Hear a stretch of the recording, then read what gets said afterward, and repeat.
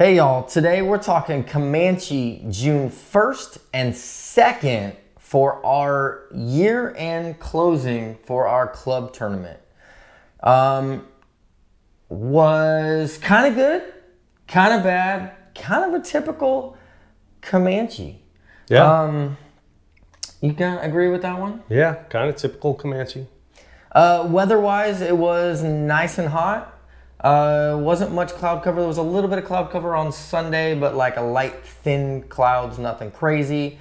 Weather was, 90-something on Friday. It was hot on Friday. And then we didn't do much fishing on Friday, just pre-fishing. Saturday was pretty hot, but there was a slight breeze that kept the heat off, and it depends on what part of the lake you went to, and then it got really bad. And then Sunday was pretty comfortable. Yeah. In the hot sense, that is. Correct. That sun was angry most of the weekend. Water temperature would start in the morning at like 73-ish. Yeah. And climb throughout the day. There's some people that said they found 80-degree water back up in some shallows. I did find 63-degree water. Yeah, if you run way up in the creeks to the fresh inflowing. And it is up all the way up there. It is flowing really hard into a spot. You can see all the debris piled up. You can see the currents, the hot water to the cold water hitting. And there are fish sitting on that warmer side, but looking at that influx of water that's coming in. Yep. I didn't go that far up. I did Friday just to check it out, right? So with that, we'll get into it. My Saturday, I rolled into a spot that I found on Friday, and it was a ghost town. And that was basically an offshore hump, or like a kind of where two creek channels come together. There's some rock.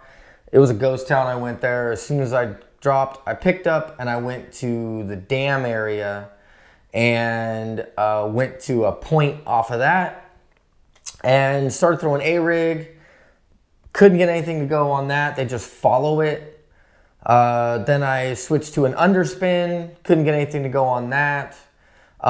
We did get underspin bites on Friday. My partner was throwing an underspin with a Pro Green Red Shad or something like that. It's like the Pro Blue Red Pearl. Yeah, there you go. Pro Green Red Pearl. He'd get bit off of that with an underspin. And then other than that, it was actually the Bass Union Darter Head with the MM3, and that Darter Head was the 1/8 ounce. And then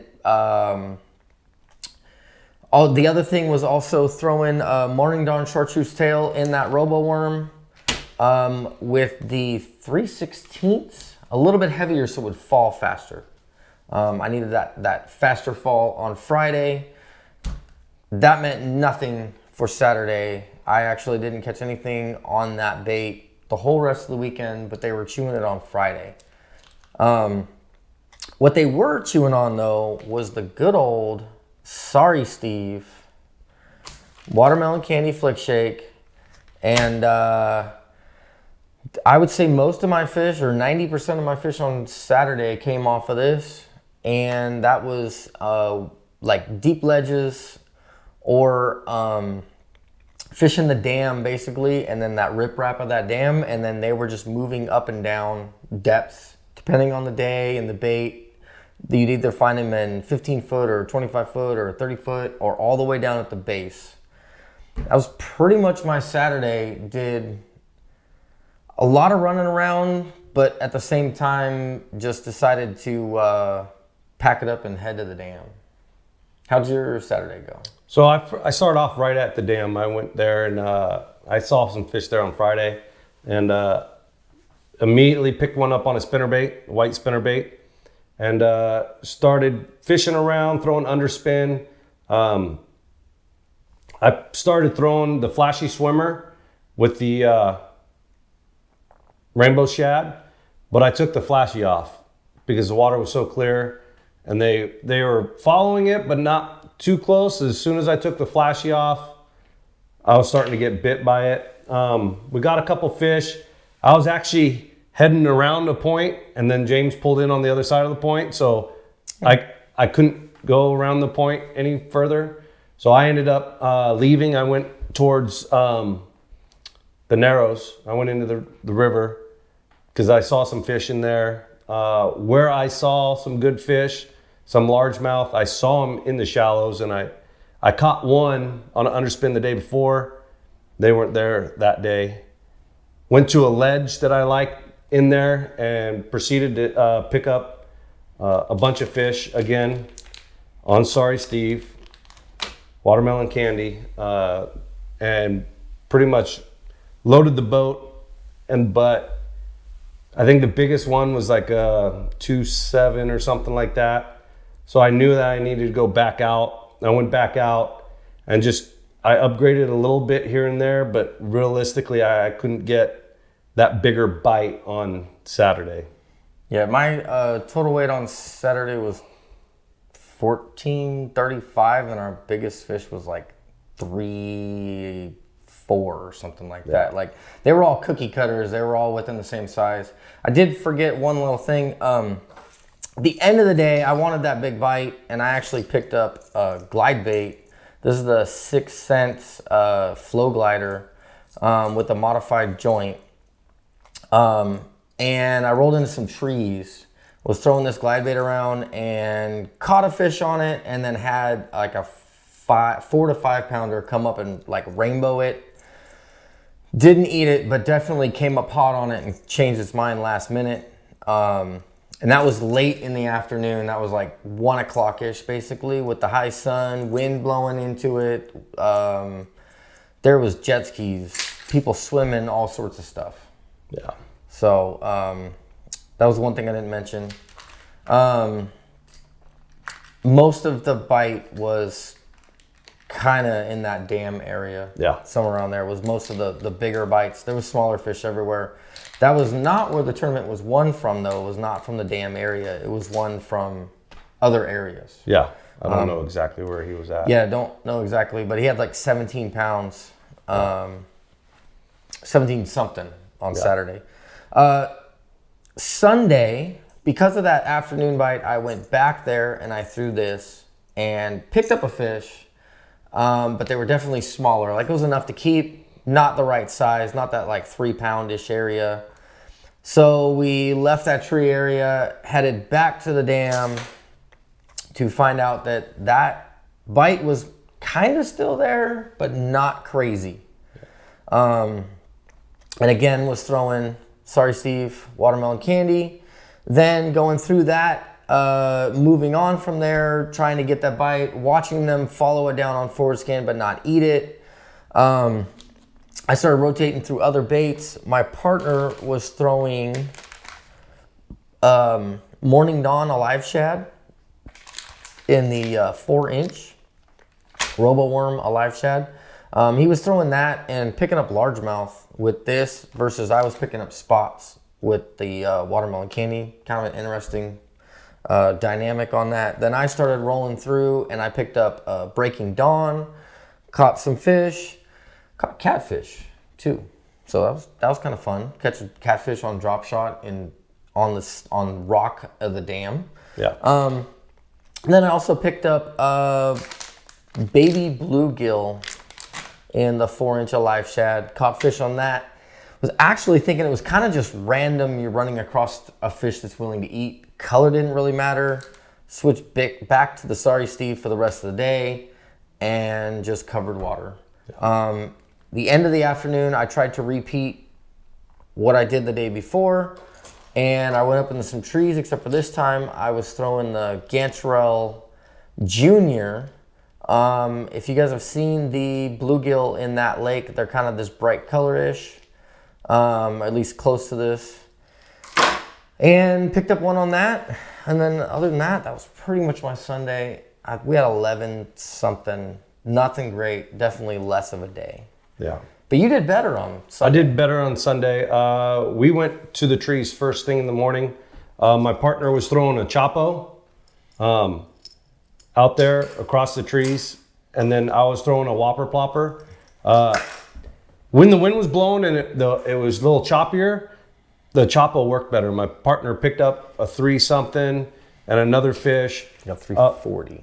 Yeah, something like that. And then I moved to another set of trees, but there was kind of blocked by the wind, and the whopper plopper turned on. Wind theories, I don't know. A little louder, a little quieter. I don't know.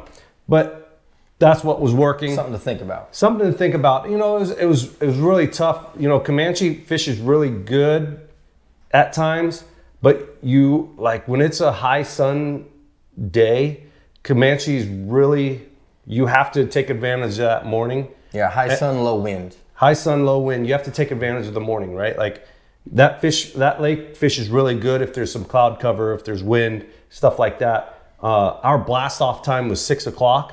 So we were pretty much missing majority of that good time to fish. Yeah, that was 45 minutes after safe light. Yeah. So you got about 15, 20 minutes in on the top water, and then you're done. We started going through some stuff, went back to the dam, throwing the Sorry Steve.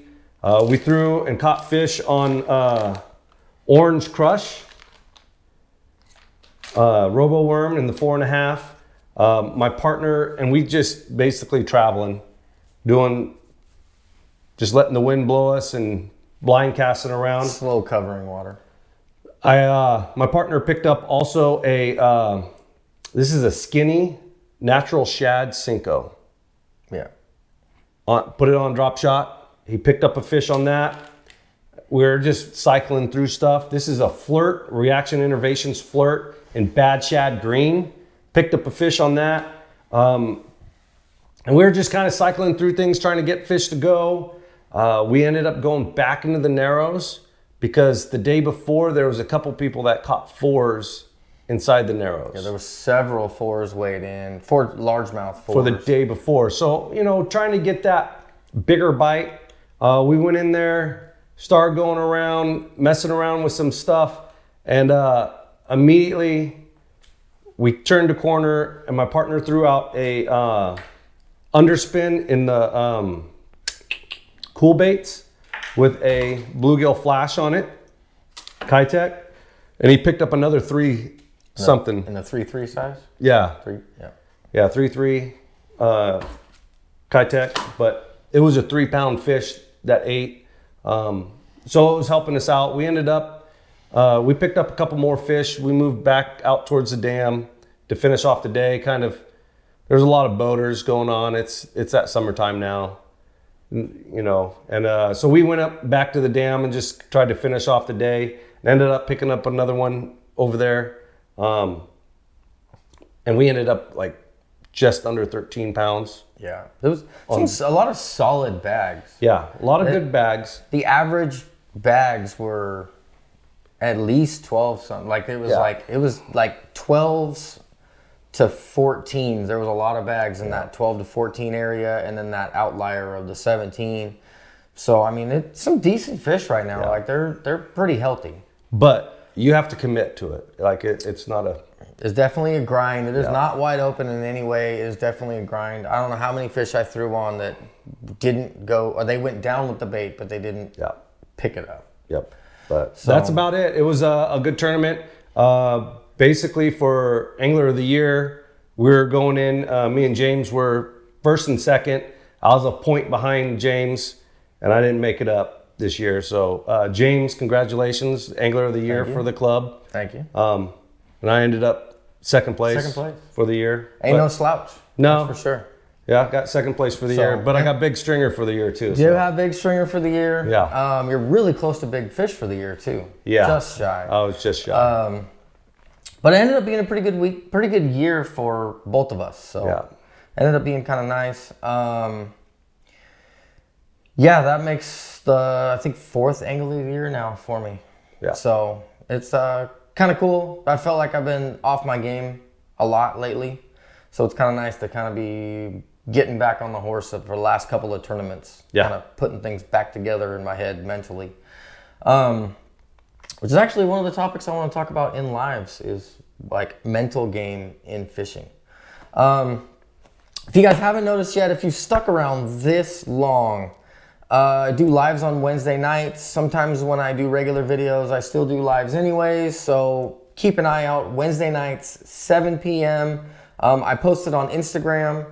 And then I also post it on YouTube in the comments or whatever it is. Yeah. So between those two, if you're checking my stories on Instagram or the other, that's how you can find out what weekends I'm going to do lives. If you're watching this video on Wednesday, I'm doing a live also if you're watching this right when it comes out, I'm doing a live at 7. Other than that, that's pretty much it. Yeah. Comanche's not horrible, but it's not fun. It's kind of, again, you guys have heard this before.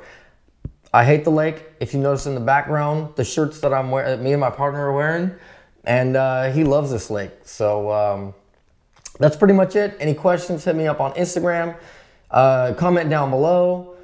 And until next time, I hope you get them.